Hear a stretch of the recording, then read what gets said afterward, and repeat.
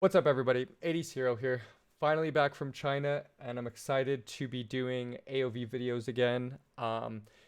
Today's video is going to be on Krixi. By the way, if you haven't seen my vlog, I made a video of me going with BMG to play in World Cyber Games in China. Go ahead, check that out.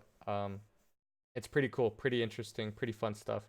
You get to see a lot of my teammates, including Zane and Bag, Raw and Marcus. But today's video is going to be a guide. I came back and there's this huge update, AOV 3.0. There's enchantments and stuff. Oh my gosh, so much has changed in the game. And I'm really liking it as a mage player. A lot of mage players are not liking it because there was like a buff to starting base magic resistance. But I'm really liking this patch because it brings in a bunch of those mages that weren't viable. They're now viable, like Krixi, Dao Chan got buffed, L'Oreal's back. You know, if you've followed me season 1 when I played mid, you know that L'Oreal was my main and my favorite. So yeah, this is gonna be a Krixi video.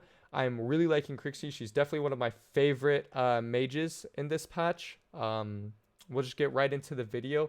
My Arcana that I run is just full Pierce, just full Magic Pierce.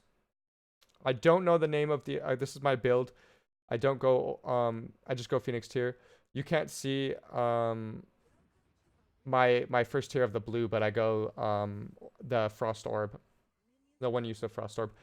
I don't know the name of the enchantments, and I'm probably not going to learn them anytime soon, but I go the one that refreshes your, that gives you the cooldown reduction on your first and second ability after you ult on Krixi, because this is a huge combo. You don't usually just open up with an ult on Krixi. You always want to use your, your S1, your S2 first to knock them up, then you use your S1, then you ult. Then by that time, you're pretty close to your cooldowns on your S1, your S2 again with these enchantments. So I'm playing against Tulin in the mid lane. I'm just going to try to clear with my S1. Obviously, you start with your S1 first. He's playing way too aggressive, and he's going to get punished for it. There's a reason you play passive in the beginning until you know where the enemy's supports are. Especially because our laner wasn't showing top, too, so that was kind of silly of him. I got to make sure that I don't get hooked this game with Grak. By Grak. It's going to... Krixi's very squishy mage, but does a lot of damage, especially in the late game. You do so much damage on Krixi. I'm really enjoying Krixi in this patch. I used to play a lot of Krixi in the patch when she was buffed, but they nerfed her a lot, and now I think she's back. I think she's, I would say, A or S tier easily this game. So I'm just going to clear mid wave, just your generic clearing of the mid wave, and then rotating. My support's here, so I'm not going to rotate away from him. I'm going to rotate with him. They're posturing to the top side. So I'm just going to wait for my wave. I'm going to clear my wave again. I'm not going to play aggressive towards the top side of the mid bush because I don't know where their enemy support is. I know that their mage is there. We're going to go ahead and just keep poking Tulin. I think he had to use flash as well as a couple of S2s there. This is a pretty crazy fight. I don't know why we're taking this exactly, but... we're just posturing, but it's very careful. We have to be very careful of Grak. They have 4 here. We have 3. Our side laners are now rotating, so we're able to get a pick on their support. Very good for us. They get our support, but we're able to get their jungle and their support for just our support. So that's huge win for us. It's 2 minutes in the game, and we're 0-0-3. 100% kill participation. Since we killed their jungler, we're easily able to get the Abyssal Dragon. Our top laner was able to kill their top laner too, which is pretty huge. So we're 4 versus 1 at 2:30 into the game. Bay was able to get a huge throwback on the Tulin. I'm able to knock him up. We're able to wombo combo and get another kill in the mid lane. 0-0-5 at less than 3 minutes of the game. We're snowballing very hard. The only thing with Krixi that I don't like is that she uses a pretty decent amount of mana. I have to back up sometimes. I don't get enough mana from the Phoenix tiers and the restore and the health behind the turret. So you're gonna have to back if you're harassing a lot or you're casting a lot of abilities. If you're playing more of a passive game, which I don't really recommend, you're not gonna be using as much mana. So right here, there's a mid wave crashing, but there's a fight going on. So I'm just gonna go ahead and ditch my mid wave. I'm gonna lose a couple CS for here. Actually, yeah, we lose 1 right there. So only 1 for 1 kill. Not bad at all. I'll take that trade any day. I don't know why I question mark our Ryoma and ping it because I don't know why he's just letting us. Or I'm sorry, that was not even his wave. That was Rourke's wave. But I pinged the top and said question marks because our laners just there's no reason to give up a free tower. We're dominating the game. It's 8-1. There's no reason to give them a free tower. That's just allowing them to get back in the game, especially with the Hayate. I get a knock up on that Hayate. Bay's able to get the throwback. And we're able to get an easy kill on the Hayate. Krixi's very strong. That knock-up is very strong. It's almost instantaneous, too. A lot of people think it's hard to land. It's not hard to land at all.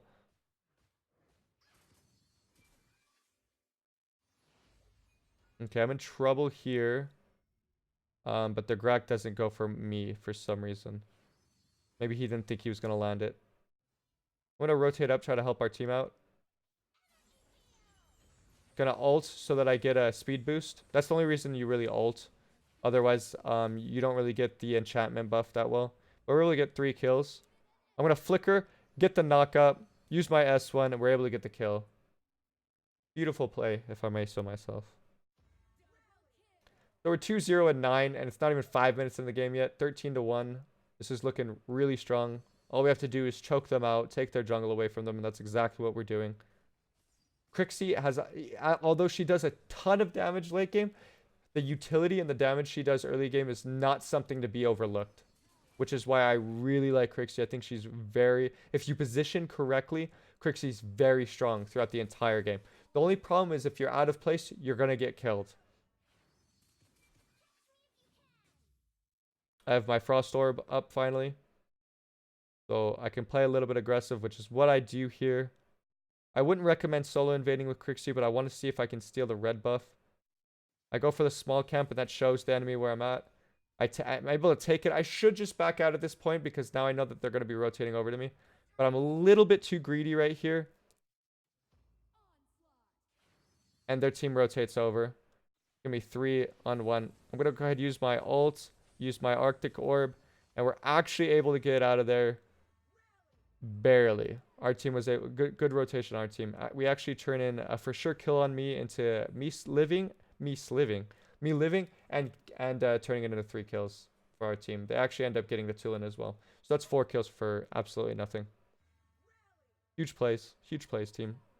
My team's doing really well. I'm 2-0 and 10. I'm not getting these kills, but the assists I'll do. It's fine. I'll give it to my team at this point. I would prefer the kills, either the kills to go me or on Zane, who's on Violet, but this is perfectly fine. I pick up my boomstick at 6 minutes and 15 seconds. That's very fast. That's a very fast boomstick. So I'm going to be doing a very decent amount of damage now. I'm going to go ahead and push this out because my team's all on the other side of the map. I eventually want to rotate over, help them out.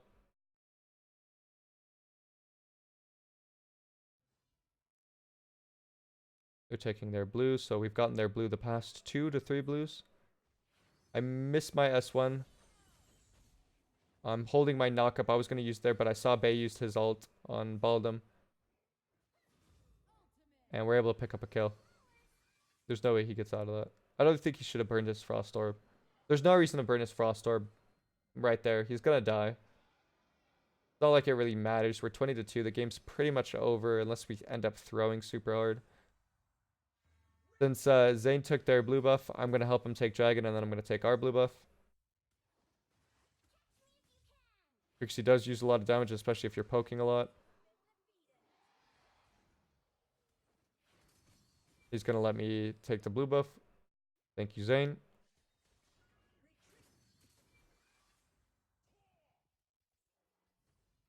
He starts to posture to go in, so I posture to go in too, but if I get hooked here, I'm just dead.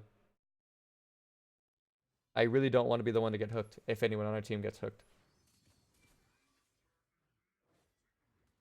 We're going to posture around Dragon. I'm just going to zone them off right now because I don't really do too much to the Darkslayer. I'm sorry, I said Dragon. Darkslayer. Bay gets a good hook. I'm going to flicker into so my ult hits them so I get the speed buff. And damn, look at that boomstick damage on my S1. So much damage, guys. If you guys don't know, Krixi does damage on the with her S1 2 instances. When it goes out and when it comes back. And then her S2 is obviously a targeted knockup. Your ultimate can only hit 1 target. It's a circle around you. It's like a starfall. It can only hit 1 target at a time. But all of your damage gives you a speed boost.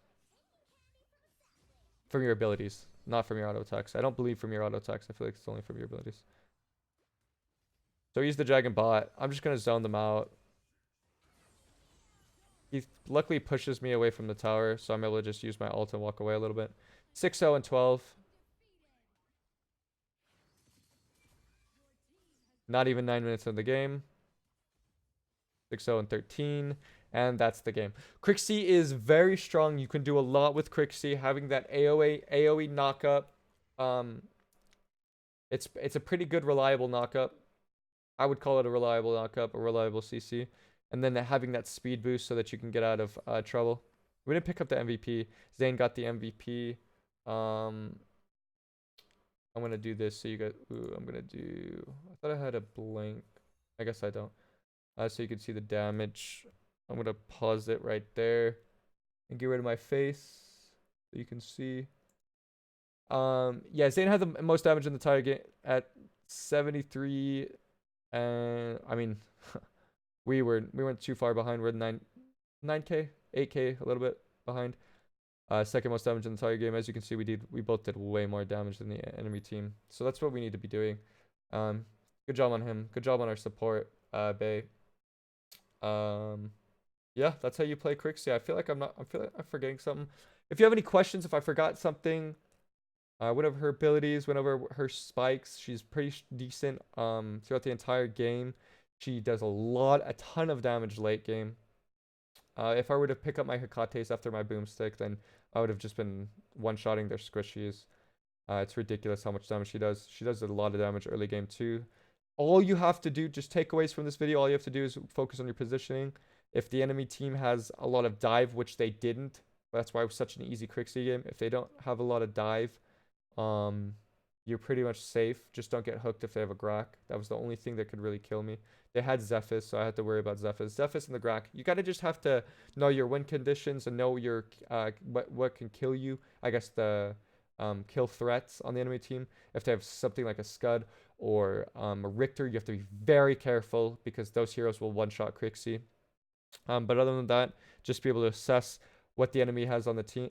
What the enemy team composition is. Are they heavy dive? Krixi's not good against heavy dive, so you have to play way back. Here's like Nacroth really hurt Krixi. Cricknack really hurt Krixi. So yeah, if they don't have a lot of dive though, pick Krixi and you do a ton of damage. You can sit back, save your knockup for the people that can dive you, and yeah, you'll be fine. A lot of damage, a lot of peel. So Krixi's really strong. I would consider Krixi an S tier this meta. I'm sure a lot of people would disagree with me, but I'm having a lot of fun with Krixi.